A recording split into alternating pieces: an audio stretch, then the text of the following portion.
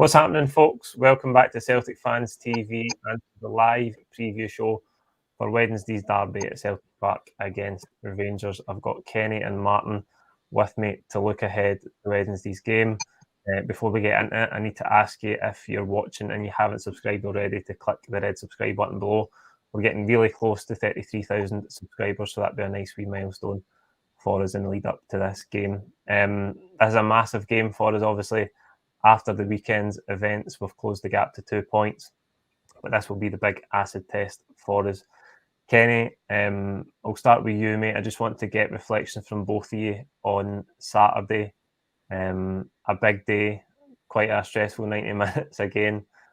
We won it late. What did you make it? Yeah, it seems that every game's really stressful at the moment. I mean, such a buzz getting into the ground, knowing that we had that big opportunity. I thought it was a bit of a red flag when he didn't start Jota and started Forrest out on the left. I thought, I'm not sure that's going to, how's that going to affect our rhythm, because we're so reliant on Jota's creativity. And I think that did affect our rhythm in the first half. That first half came and went. We had a couple of decent clear-cut opportunities, but we weren't getting the usual sort of fluid play that we're used to under Postecoglou's side. And then in the second half, when Jota came on, things changed. We did get more creative. I'd say even in the second half, we still weren't entirely at the races.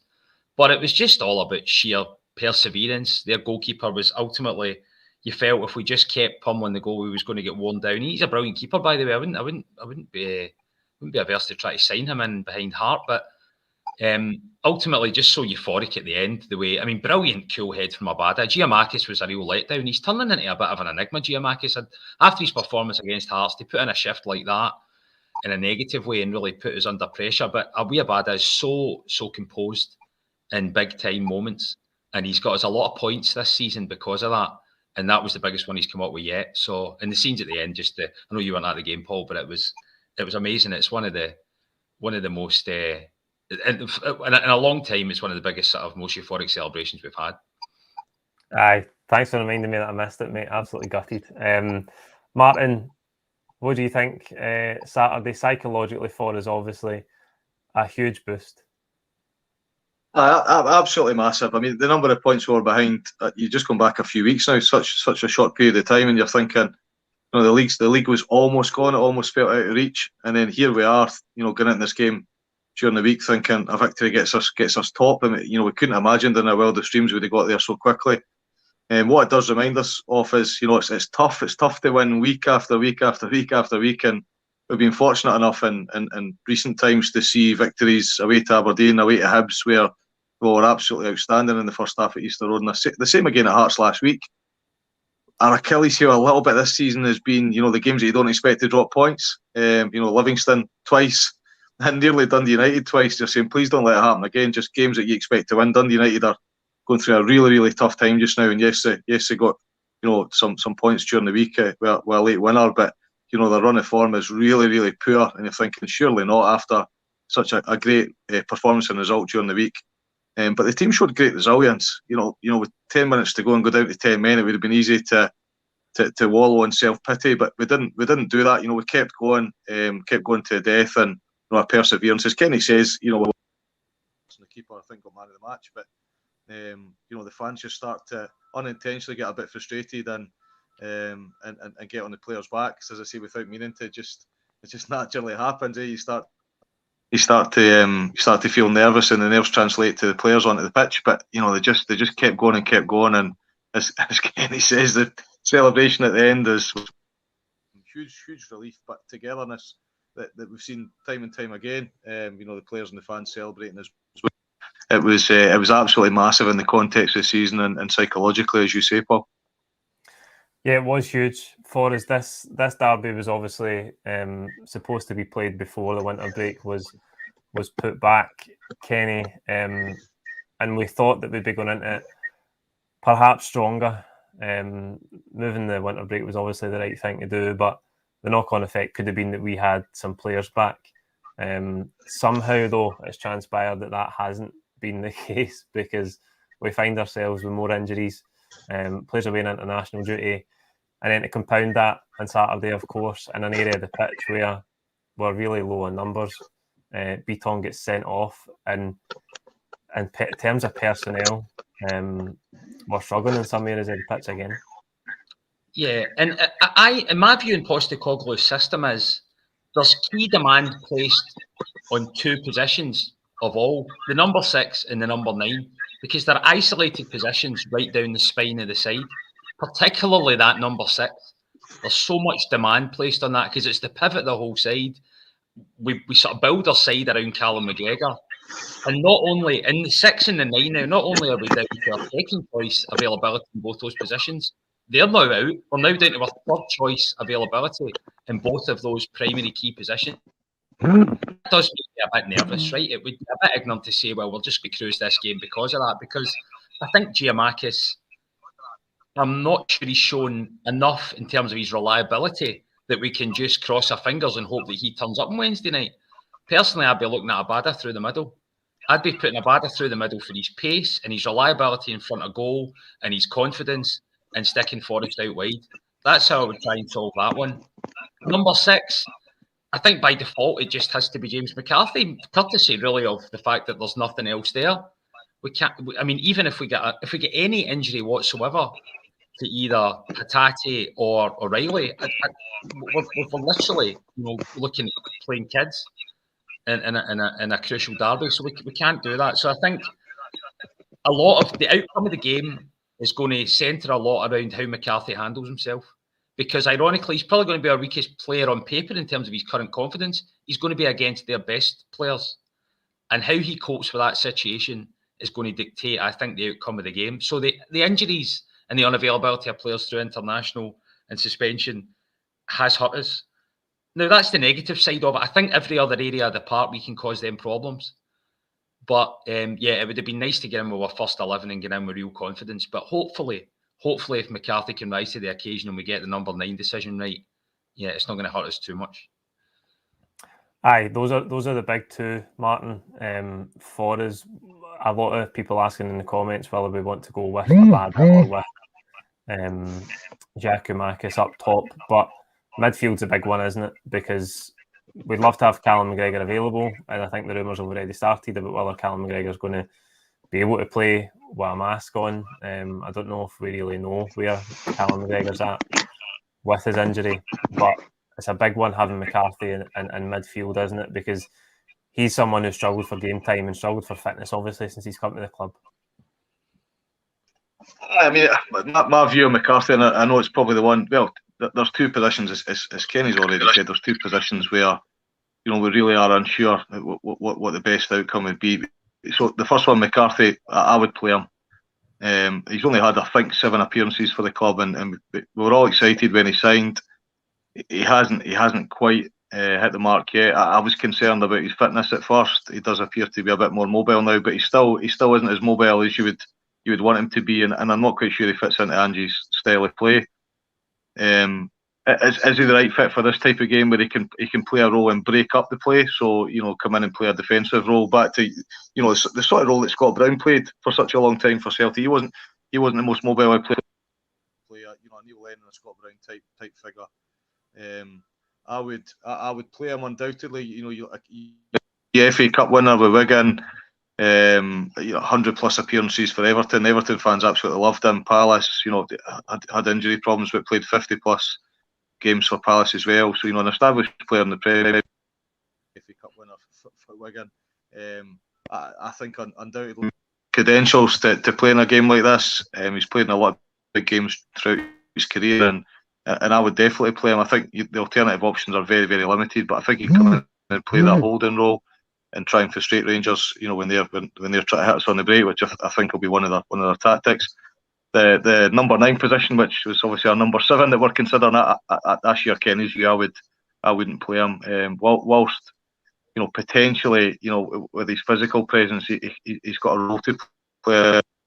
When I watch him closely, that he tends to press and run, but he doesn't. That final part of the press, he almost stops.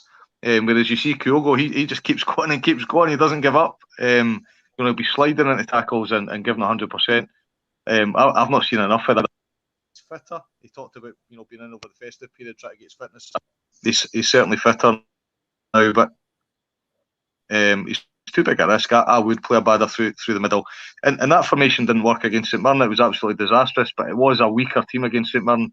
And the away games are quite different to the home games. So I would play Forrest with Abada through the middle. I think I would go with Abada as well. I just think Giakoumakis, particularly in the home games, he's looked really poor. I think his away games have been the better performances. I think he put in a good shift at Tynecastle, but he was just so poor at the weekend that to go into a game of this magnitude, I don't know if I'd be confident. I think Abada's looked at quite a threat up front. Obviously, the composure for the goal on Saturday was fantastic, but also his runs. His runs are much more like Kyogo and Maeda to an extent. He just looked a lot more lively, and I think he'll give us a better threat. And Kenny, I don't know how much you've seen of Rangers recently, but one of the things that's jumped out to me in the games that I've seen them in is that they do look vulnerable to balls in behind. I think at Tynecastle we've seen it, and at Pittodrie as well. Particularly Aberdeen did get in behind them a few times, so that looks like a weakness. And it's one that Kyogo would obviously thrive on, potentially Maeda as well, but it looks like neither of them are going to be able to make it. So that's why I think Abada is the choice through the middle. Yeah, I mean, Goldson, and whether it's Suter or Bassey, they're big physical centre-backs. Now, Giakoumakis could try and rough them up and give them a hard time, but you're fighting fire with fire there. You're sort of playing into their strengths. What they won't like is someone with the pace of Abada getting in behind them. And if Jota and Forrest, we need Forrest to turn up. Wingers, unfortunately, when they get to the age of about 30, they deteriorate worse than any other position in the park. And I just hope he's not had one injury too many, James Forrest. That being said, he knows how to handle these types of occasions. I think it would be wrong to say that he's a write-off of a player. He's not. There has been a marked deterioration in his performances, but we really need him firing down the right. If Jota and him can fire down the right and left and get low balls in behind their centre-backs, they're going to struggle because they don't have pace. You saw at the weekend, they were all over the shop with that Ross County striker that had pace. I mean, they were. It was a bit comical for them at times. So for me, it's clear that he plays because I think you're trying to exploit an obvious weakness in their system, and their confidence will be low based on the fact that they've just lost 3 goals up at Dingwall. So I think that's a key selection. I'm not sure if he will play him. He's hard to read, Postecoglou sometimes, but that'd be my pick. Yeah, I think he is hard to read at times, and I think he likes to keep his cards close to his chest with a few of the players, particularly the boys that have been out injured. But Martin, what do you think in terms of Rangers? They got a bit of a bounce for Van Bronckhorst arriving, but that certainly seems to have worn off in the past couple of weeks. I mean, whilst we couldn't boast that we've been winning games by 5 or 6, Rangers certainly haven't. I think he's had 10 league games since he come. And when a manager comes in, you normally get a reaction. They come in, they try something different, and players just give that extra 5 or 10% to impress and try and maintain their position. It's a natural thing to do, isn't it? So I did expect them to get a bit of reaction, albeit he came in after a heavy cup defeat. But I think I'm right in saying, Paul, that out those 10 league games, he's drawn 2 of those, and there's a further 3 that he's won, by a single goal. So he's hardly been sensational. They've stuttered, and they haven't had anything like the injuries that we've had. So I don't doubt he'll be a steady manager. Whether he'll be a very successful manager at Rangers, time will tell. But I don't think they're terribly strong. Obviously, they've gone out to the market to try and strengthen and try and bring in some big names, and that in itself speaks volumes that they don't feel that the team they've got in the squad they've got just now strong enough, and they see Celtic getting stronger and stronger, and there will be real concerns in there. Let's not kid ourselves on. Rangers aren't in a financial position to go splashing cash, so they're doing that for a reason, and the reason is that they see Celtic as a real threat, and they will be trying their best to make sure they win the league, because they'll see the risk of losing out in the Champions League money, and Rangers certainly need that money more than we do. So it's a bit of, them desperately trying to spend some money to strengthen the squad, because they'll see us as potential favourites. Certainly, in my opinion, we are favourites going into this game and favourites to win the league, the way things are panning out. The other thing that's really stood out to me anytime that I've watched Rangers recently, Kenny, is that they seem very different under Van Bronckhorst, and that once they take the lead, they're very passive. They seem to kind of let the game be played in front of them, and see if they can maybe hit on the counter attack and look for the second goal. But that's kind of caught them a couple of times recently, and that's something that we're going to come on to when they've conceded the most goals as well. But that's something that we've got to prey on Wednesday, because we've got a full house and we've got to start the game really, really well and put them on the back foot. Yeah, I mean, I don't watch a lot of them, right? Genuinely, I don't watch all their games. Of what I have watched with Van Bronckhorst, they do seem to lack a bit of an identity. I mean, when you watch a Postecoglou side, it's very obvious from the aggressive, attacking, intense style of football that he's stamped his own mark on it. I'm not sure what Van Bronckhorst's trying to shape there, really. And I know their fans are getting a bit frustrated at what they perceive to be a bit of negativity in his tactics, and that they are a bit passive if they go a goal ahead. So hopefully that plays into our hands. My other observation of them is they do have a disbanding squad. Now, their big players haven't re-signed contracts. This was the position Celtic were in last year, and look what happened to us. Obviously, they're not going to spiral that way, but we know what happens when your big players don't sign up. Morelos, Kent, Aribo, they're all down to 1 year, so presumably we need to be sold in the summer. Their older players, McGregor, Davis, will probably retire. They're getting a couple of loans in that they won't be able to sign. So Connor Goldson questioned their hunger after they lost the League Cup semi-final. That's consistent with a lack of hunger. If you've got a squad that's going to disband, then you can understand how they lose a bit of desire, and that might be contributing to them being passive. So hopefully that's the way it plays out tomorrow night. It's a bit of a different environment though, coming to Celtic Park. Almost the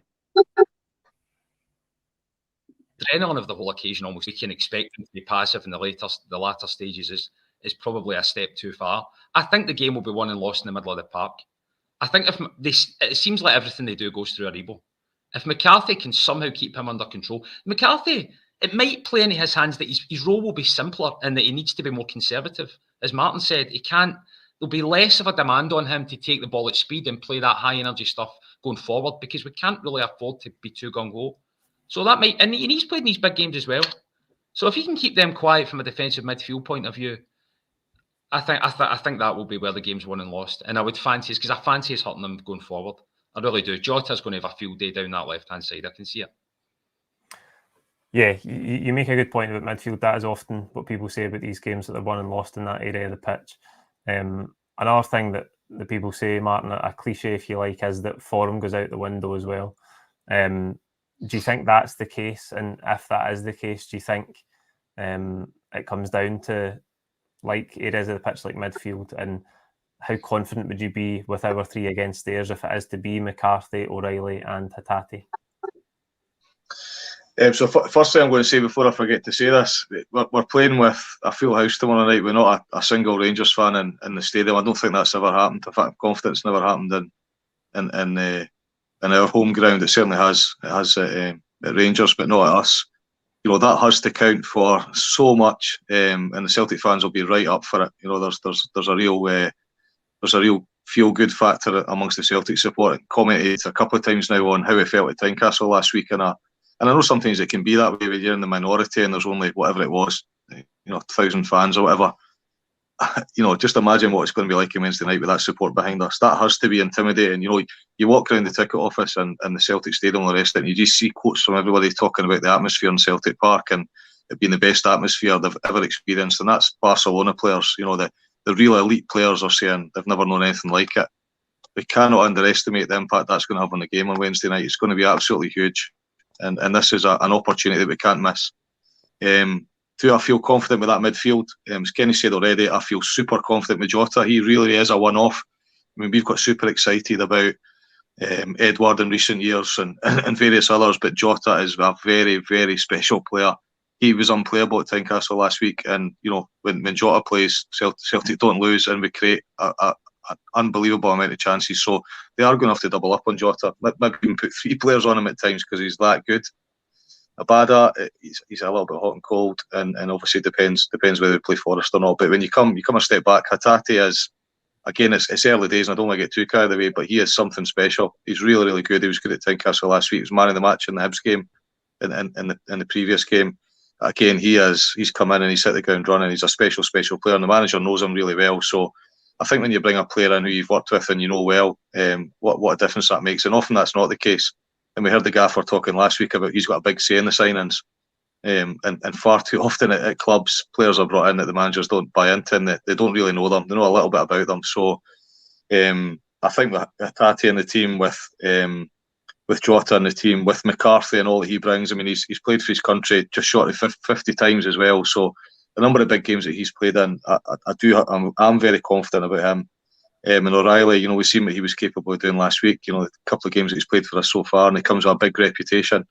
I'm confident. I mean, it wasn't that long ago that Aribo was a laughingstock at Rangers. I know he has come on a long way since then, but Aribo undoubtedly is important for Rangers, as is Kent. But I have a lot of confidence in our midfield, and you can call it a front three, or you can say a midfield five, and that's a strong five in midfield. Albeit, we are missing McGregor, and we're hoping that Beaton was going to come in and replace him, but it's not worked out that way. But there's lots to be positive about. I mean, you run through that team and you say Jota, Abada, Carter Vickers, Hart, Juranovic, Hatate, and O'Reilly. Every single one of them is individually and collectively something to get really, really excited about. And quite a number of those players weren't there if you go back a few weeks. So we've come a long way. Yeah, absolutely. You think about that team that played the first derby at Ibrox, it's unrecognisable to what the team will be on Wednesday night.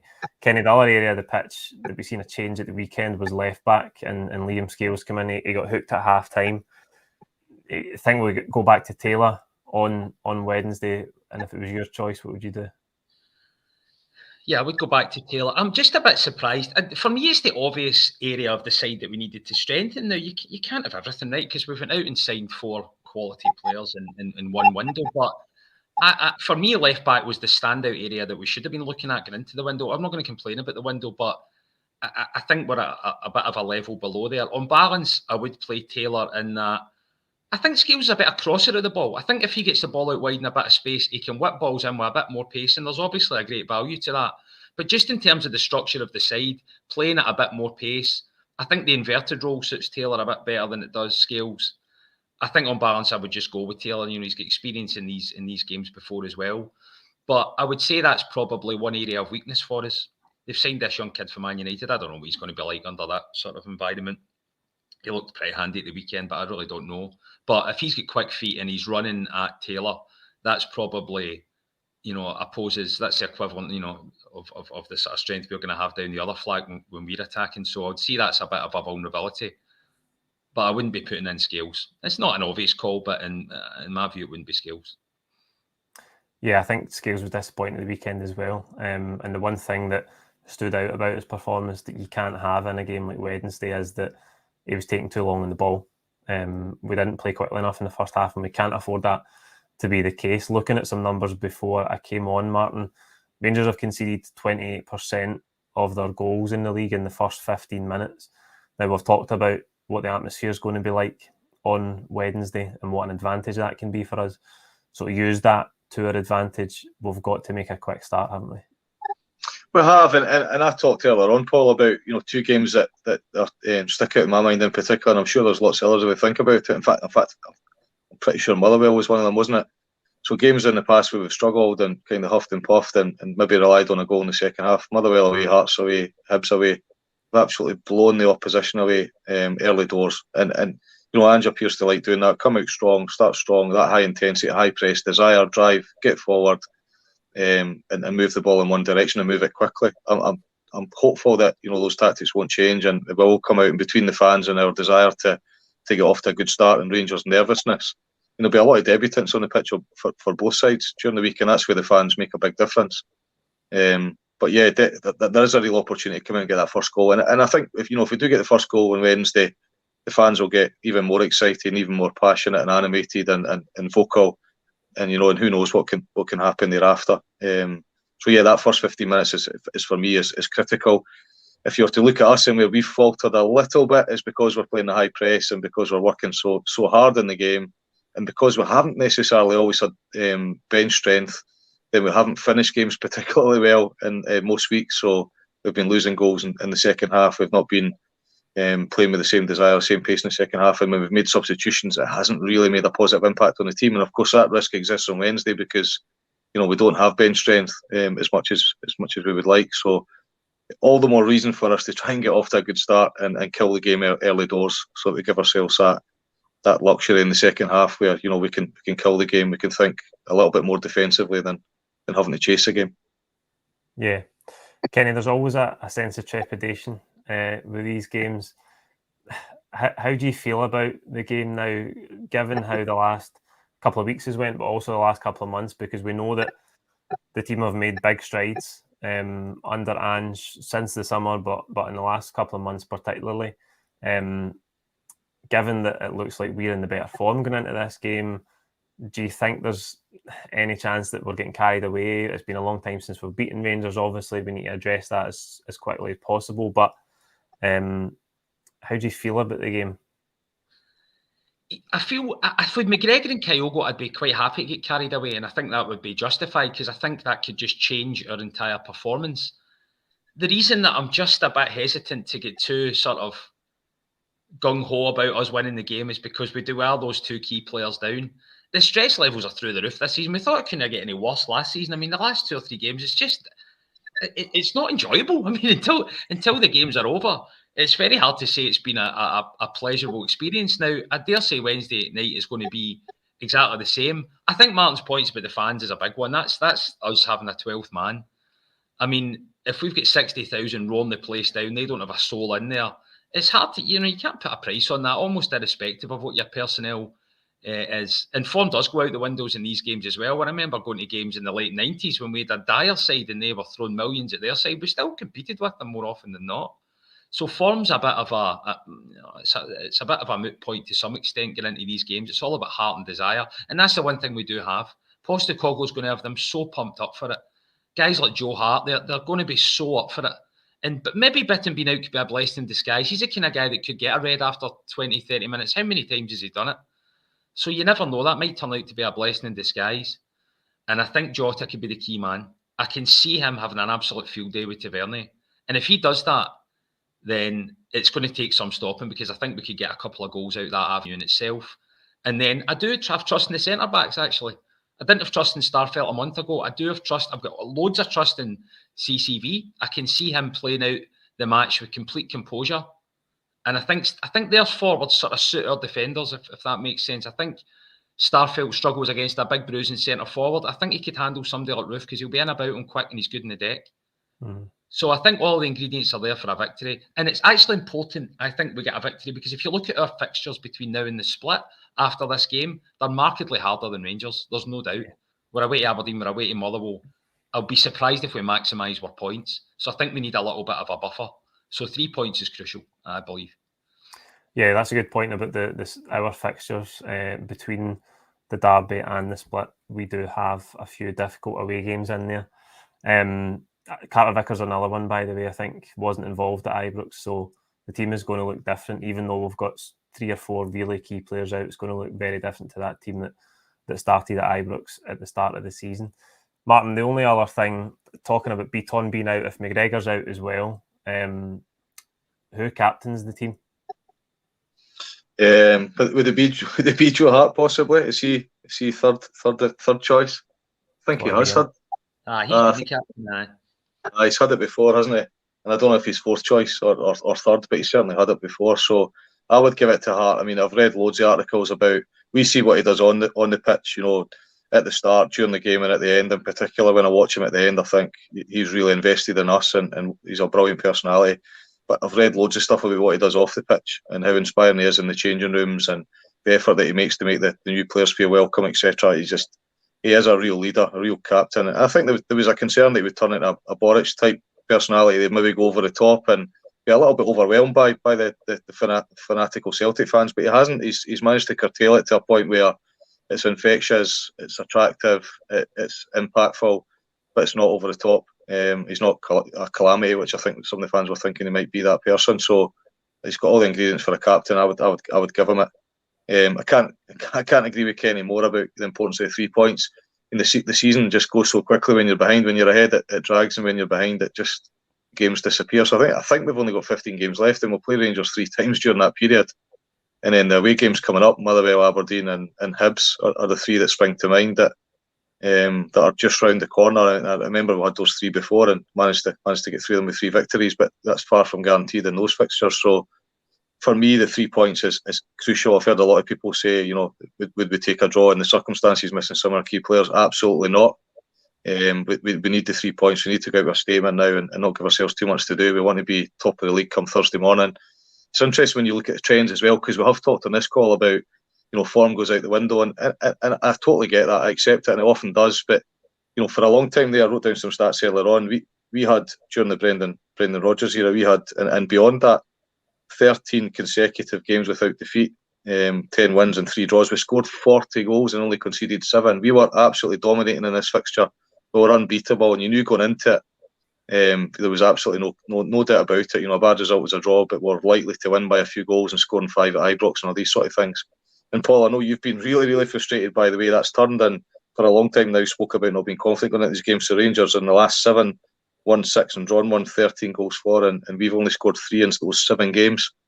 We need to put a stop to that and put a stop to that now. Wednesday night's absolutely huge. We've got enough quality players going into that game that we need to forget the ones that can't play. And let's not forget that most teams at some point in time have 1 or 2 players out, and quite often it's a half decent player, it's a starting 11 player. So let's forget about the 2 or 3 that are missing and concentrate on the strength of the team and keep as much positivity as can going into this game and get the fans really, really animated and loud from the word go, get behind the team, because we have to get 3 points on Wednesday night. For me, it's critical, and let's get ourselves top and stay top. Absolutely, that's the kind of motivation I'm looking for. I'm ready to go now. Kenny, Martin's right, isn't he? This is the acid test, and we need to win it. If we're going to go on and win the title, we need to win this game. Yeah, and Martin's right, also right to point out the fact that we have not won a game in 2 years against Rangers. And this feels different, though. During that entire 2-year spell, even when we lost that first one at home under Lennon in the 10 in a row season, we never had a shot on target. It felt there was something eerie about it. You felt that you weren't going to compete, and you couldn't really put your finger on it. You can and even in the first game this season, it was all so fresh for the players. They were cobbled together. We still had Edward up front who had down tools. It all felt a bit unusual. Whereas now there's an intangible positive feeling getting into this game amongst the fans and amongst the players and amongst the way we're playing. I just hope guys like Hatate, it's a bit of an ask for them. They're coming from Asia. How are they going to handle it? O'Reilly's playing for MK Dons a week ago. That's a tall order coming into that cauldron with 60,000 bearing down on you. But they've proven they've got the ability. Can they rise to the level mentally? That's going to be, it's as much of a mental challenge as it is physical in these derby games. You've got to get yourself in a place whereby you can keep your cool. And I believe that the ability of O'Reilly and Hatate are there, despite them being debutants. And hopefully the 60,000 is enough to see us over the line. But part of me's dreading it, because it's horrible, isn't it? Unless you're 3-0 up in the 94th minute, you're a bag of nerves. But it's been a long time since we've tasted how good the victory is against them. So hopefully that'll be coming on Wednesday. Aye, they are horrible. Martin, I'm hesitant to ask you for a prediction, but I'm going to do it anyway. I'd love to say confidence that we're going to go out and win by 2, 3, 4 goals. But that hasn't been the case. Under Anne, we have been winning goals by a small margin, and part of the reason for that is because we've not had our top 11.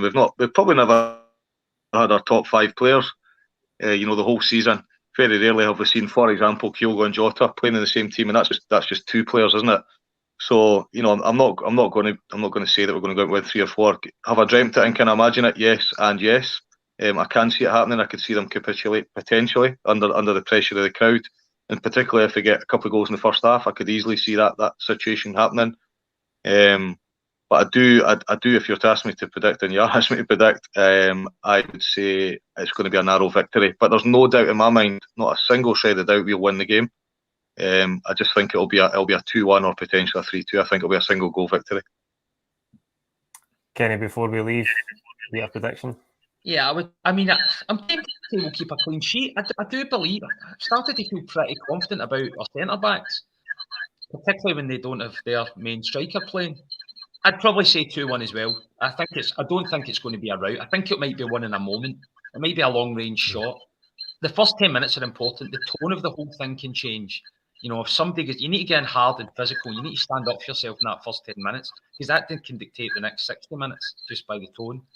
So we'll be keeping an eye on McCarthy and how he handles himself in the opening exchanges. I would go a narrow 1-goal victory, Celtic. Yeah, psychologically, we've talked about the gains we've made in recent weeks, but the biggest psychological step we can take is to win this game. We've touched on it throughout that we haven't won one of these games in far too long. So I think a big step would be winning on Wednesday, and that'll do the team's confidence a world of good going forward. That's it for this preview show. Like the video, comment with your own thoughts below. Don't forget to subscribe if you haven't already, and I'll see you tomorrow for the starting 11 prediction. Cheers.